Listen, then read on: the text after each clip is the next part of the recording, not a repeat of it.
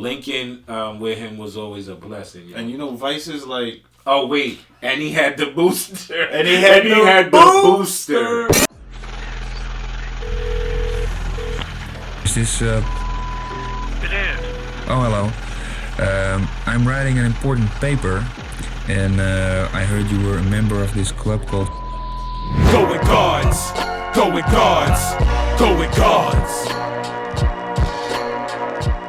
Welcome to Go with God. The only podcast brought to you from Gods of the Basement. Salute. My name is Big Zoo. What's good? It's Prolific Wone.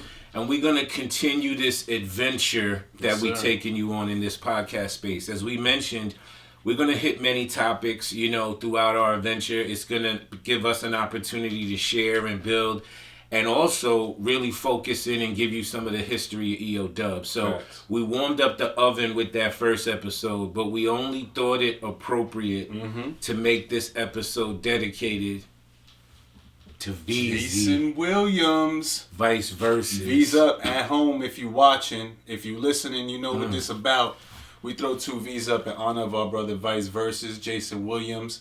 Originally, Jason Voorhees out of Crystal Lake, a.k.a. the BX, the birthplace of hip-hop. Wow. So shout everybody at 163 Trinity, where VZ came up at. Shout to his sister Danny. Woo. Shout to our niece, you know what I'm saying? We love y'all. Salute. Shout the whole family, Twiley, everybody. What up, gang? You know what it is, real family. What up, Danny? And I really got to tell y'all, it's always been really like family status. It has been, man. With Jason and everyone else in his immediate family. Yeah, so we're going to just walk you through first how we both connected with VZ, and then we're going to share some of his accolades, some of the things he's done. So take me there. You knew him before me. How you meet VZ? Yo, so first and foremost, shout out to Kendra as well. Woo! You know what I mean? Shout out to James the Queen, Bond. the legend, Bong Senior. Shout out to Stead. Shout out to everybody at the Versus Foundation. Shout out Rita. Shout out the whole family. We love y'all. So I know Jason through my man Stead Ruckus.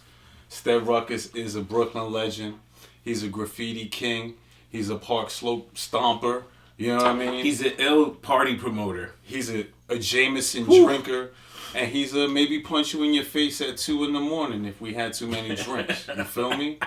And so that's my brother. I was in LES coming out of Brooklyn Tech High School. Shout out to all my Tech Knights out there. I was at Hunter College, CUNY. Shout out to all my Hunter people.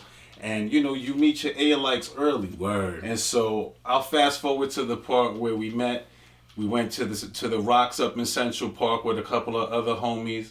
We put up some incense in the sky. Woo! And, you know, the vibe was right. Love that. And so from there, you know, the relationship just flourished. Whenever it was time for a break between classes or it was time, we used to pivot off to Central Park and go to the Rocks over there by 68th Street, I believe it is, on the east side. These the files right here. The gazebo status. Flipping. So that's like the dark files, you know what I mean? But it was actually the light files because we found other MCs. Stead used to freestyle, get crazy too, and do his thing. And that's where I also met my brother Ego Trip, you know, at Hunter College. And Stead had been like, yo, you got to meet my man Jay. When my man Jay gets back from fucking camp, you know, it's going to be on. We fast forward to Jason is back on the block with Stead Ruckus. He brings him up to Hunter College. We take the pilgrimage up to the Stones and to the gazebo. I heard this story. And that gazebo's legendary. And that freestyles ensued. You know what I mean? And it's legendary. Like, this is that energy of 96, 97. And it was like a no holds barred, you know what I mean? Pun intended. You know, VZ knows. He knows about and how it went on you for to like get your bars up. Hour and a half, 2 hours of just freestyling, spitting, you know, written rhymes. And he was really just one of the most incredible artists that I got to like see in person. You know, a lot beyond solo bars. For me, watching him when I first met y'all, it was his energy, right? That sounds broad, but he was incredibly animated on stage. He definitely, from the first time I heard him, he had everybody's ad-libs. His energy was just super up. And I used to watch y'all. This is after you formed Eye to Eye. And I watched y'all at Spiral. And I've told that story how we met. Yeah. But VZ's energy, let me also be really frank. It was very much young VZ wife beater LL Cool J time as well. He was killing the game out there. That's a fact, yo. I gotta be frank. He had the 12 pack, the 24 pack. He had the young brolic. That's a fact, yo. As a respectful, competitor in that space, we got to build and meet with him. Mm-hmm. Now, years later, we talked about the foundation of Eodub. But another thing is talking about experiences on stage with VZ at the Pyramid. Take me there. Give me one powerful experience rhyming with him. So for me, I like to be nostalgic. So I'll take you back to a show that we referenced a couple of weeks ago when we had our first pod. And we talked about the Shadow Man Black, Demo the Pro. Yes. I think it was called Flow Monday joint. And we had a showcase there one night, and this is when Eye to Eye was in full tilt. You know what I mean? We was 7 strong. It was me, Trip, VZ, Slane. The ladies was up there with us. We probably had a couple of other boosters on stage with us, and we had some Eye to Eye money. And yo, all my family knows this is a real story. I know this story we too. Had Eye to Eye, dollar bills printed up with our faces on the different bills. So there was a Vice dollar, there was a Trip dollar, there was a Pro joint. Yes. And at one point, we just let off, yo. We didn't know what making it rain was at that point. We didn't have a term, but we made it rain, yo. Legendary. Let me tell you this one. Crazy. Fly stories with VZ. So for people who don't know, myself, Pro, and Vice formed a group called the Three Kings. And it ultimately led to an album, which we're going to get to. But we're talking about stage shows. I have to say that for people who are aware of how to host a show, it's a different thing. It's not just being dumb nice. You have to keep the show moving. It would be beneficial if you had some crowd response things. It would be great if you were greatly talented and charismatic. Facts. So when we came together as Three Things, VZ just embodied that in such a powerful way. And there's 1,000 stories I remember with us rhyming. But I remember one time, this had to be 2007 or 8, so we were already dumb nice with it. And I remember being on stage at Pyramid and being able to come together for 14 seconds and be we're going to do this. And then we dispersed. Yes. And we started calling the play. But VZ would do that. Yes, he was. VZ would be look, huddle up. I got this hook. We're going to do this. Yes. After him, we're going to put him on. But plus, Penn just came in. Yes. So remember, he about to rock. Yep. And then plus, Scram is DJing, but he got to go smoke in a minute. So we're going to swap out DJs. Break. Done. And we be back bodying. That energy. Ability to administrate, it's not common amongst MCs. People want to come be nice and kill shit. But they're not thinking about the show. The show. And the you know what I'm saying? Shout out to Baxter Words who has that. Shout out to Bax. That's a fact. Bax has that in his body. He knows that even being nice is not as important as facilitating a dope show. Well, VZ had that theater experience. We were in the Gemini Rising play that Samaj and Mishu produced in Brooklyn.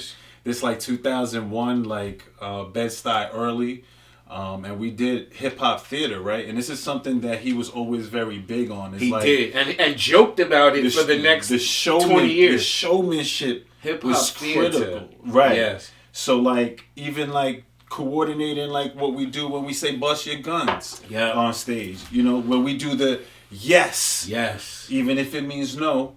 If you know, you know.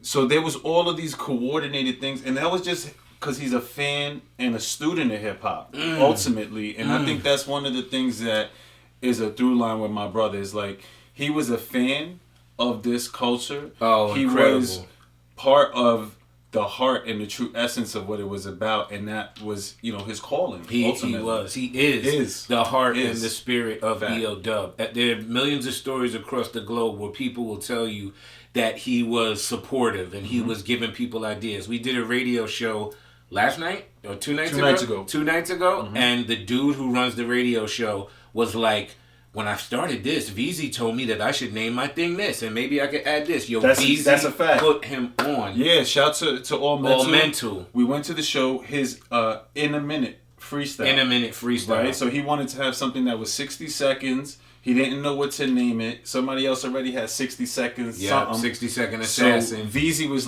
in a minute.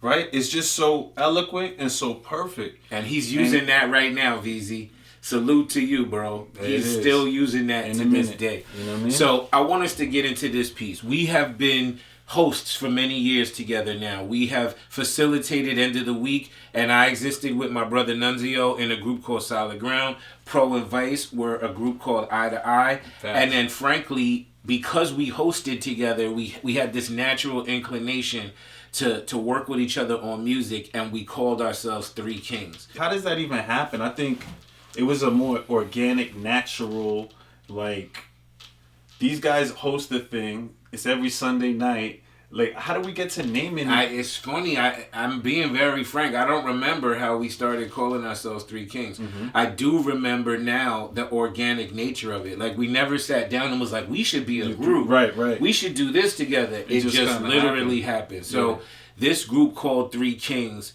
went to go work on our seminal album. You know, and what many people would argue is the most kind of fully end-to-end body. I think we won an Independent Music Award. We sure for did. the Three Kings album. We definitely did. Fun fact. So right now you could go to your DSPs. It's called Three Kings, and it's produced and presented by End of the Week. End of the WEAK, y'all get it right. Get it right. And it is Prolific Wone, Big Zoo, and Vice Versa. Let's unpack that album. So for me, like, the one narrative that I remember about that project is the artwork, right? And like that was one of the things that resonated with me is like the visual art that we were going to use to represent the project had to be like profound. Yeah. And we had an artist that we worked with on that project that I believe came through the fam, and we had a very strong image that we wanted to show. Unpack it for them. And so we wanted to show the duality of what's kind of real in the hood and in local urbanized neighborhoods, and what an aspirational version of that would be. So in effect, if you have the liquor store and the lotto spot, gun shop. Imagine if you have the juice bar and you have the bookstore, the bookshop. You know what I mean? And so it was night and day. I believe that on the front cover it was daytime. Yeah. And so we showed the utopian version of what it would be. Yeah. And it was beautiful. Like, but then you see this nighttime version on the inside in the liner notes, and it was kind of, unfortunately, what it looks like right now. Block. Yeah. That duality was important, man, and it was. The thing, it's interesting you bring up the artwork. The thing that always resonates with me most from the Three Kings album was the process of making it, right? I'm famous for saying, like, the promotion and the videos and the marketing is my least favorite part. My favorite part is being in the studio, cooking and making that work.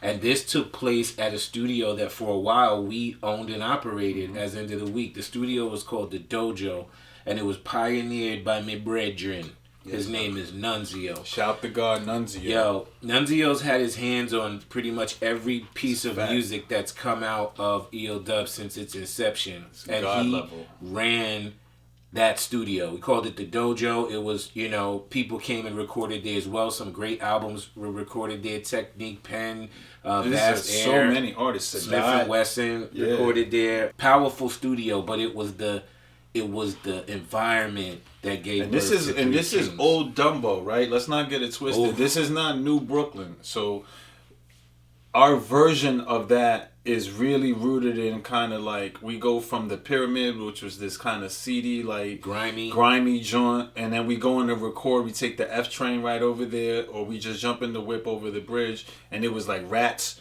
running up in the spot. It was like graffiti everywhere. Cobblestone streets still was industrial as fuck. Yeah. You know Dumbo now, let's be really frank. Different. Let's be really frank. The dojo got gentrified. Yes. That building now is a super condo flavor. And interestingly enough, the god James Calhoun, later on in life, he had his office in that building. So it shows you how times grow. And the view. Develop. The one thing we did have was a magnificent view, right? And like, we had the AC there, but obviously you pull up the shade, and we had the Manhattan skyline. And so there was always a kind of a peek out into what could be. Yeah, you know what I'm we saying? were looking at Manhattan. Facts. It was real dope. Strategizing. The bridge. Yo, the process of the album. We would go in there, And just like swordsmen, we would just pull out bars. We would kind of challenge each other's bars. We push each other on concepts, push each other on flows. And nobody was more adept at doing that than Vice versus. Fact.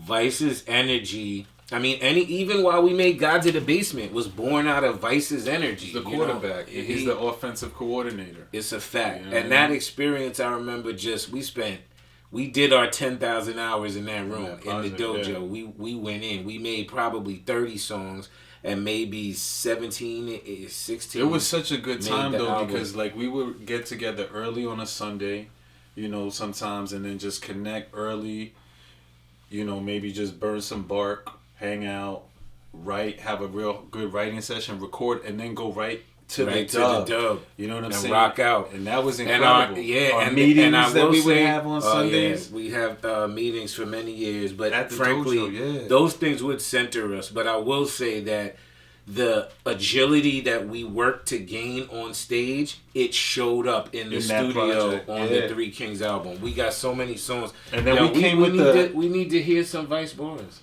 Yeah, let's definitely play some Vice bars, yo. But I was gonna talk about that first single that we had when we had the, you know what I'm saying? Yo, we had the shows going up with that Born record, and it was so exciting because I felt like for me, it was the first time that I would get on stage and the fans even knew the record, and they knew what to do.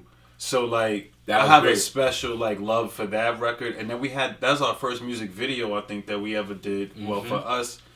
And we did a dope conceptual video. None is in that video. None is one of the stars. Slick the Relic. Vice's sister Danny's in that video. And we shot it in my grandmother's old apartment, bro. That's a fact. Look at the lineage. I'm remembering walking across the street. Miguel was like so little. Yeah, he was still short. Shout man horny. Young. You know what I mean? You know we be on our crowns and things. Shout out to Miguel. But yo, let's play some.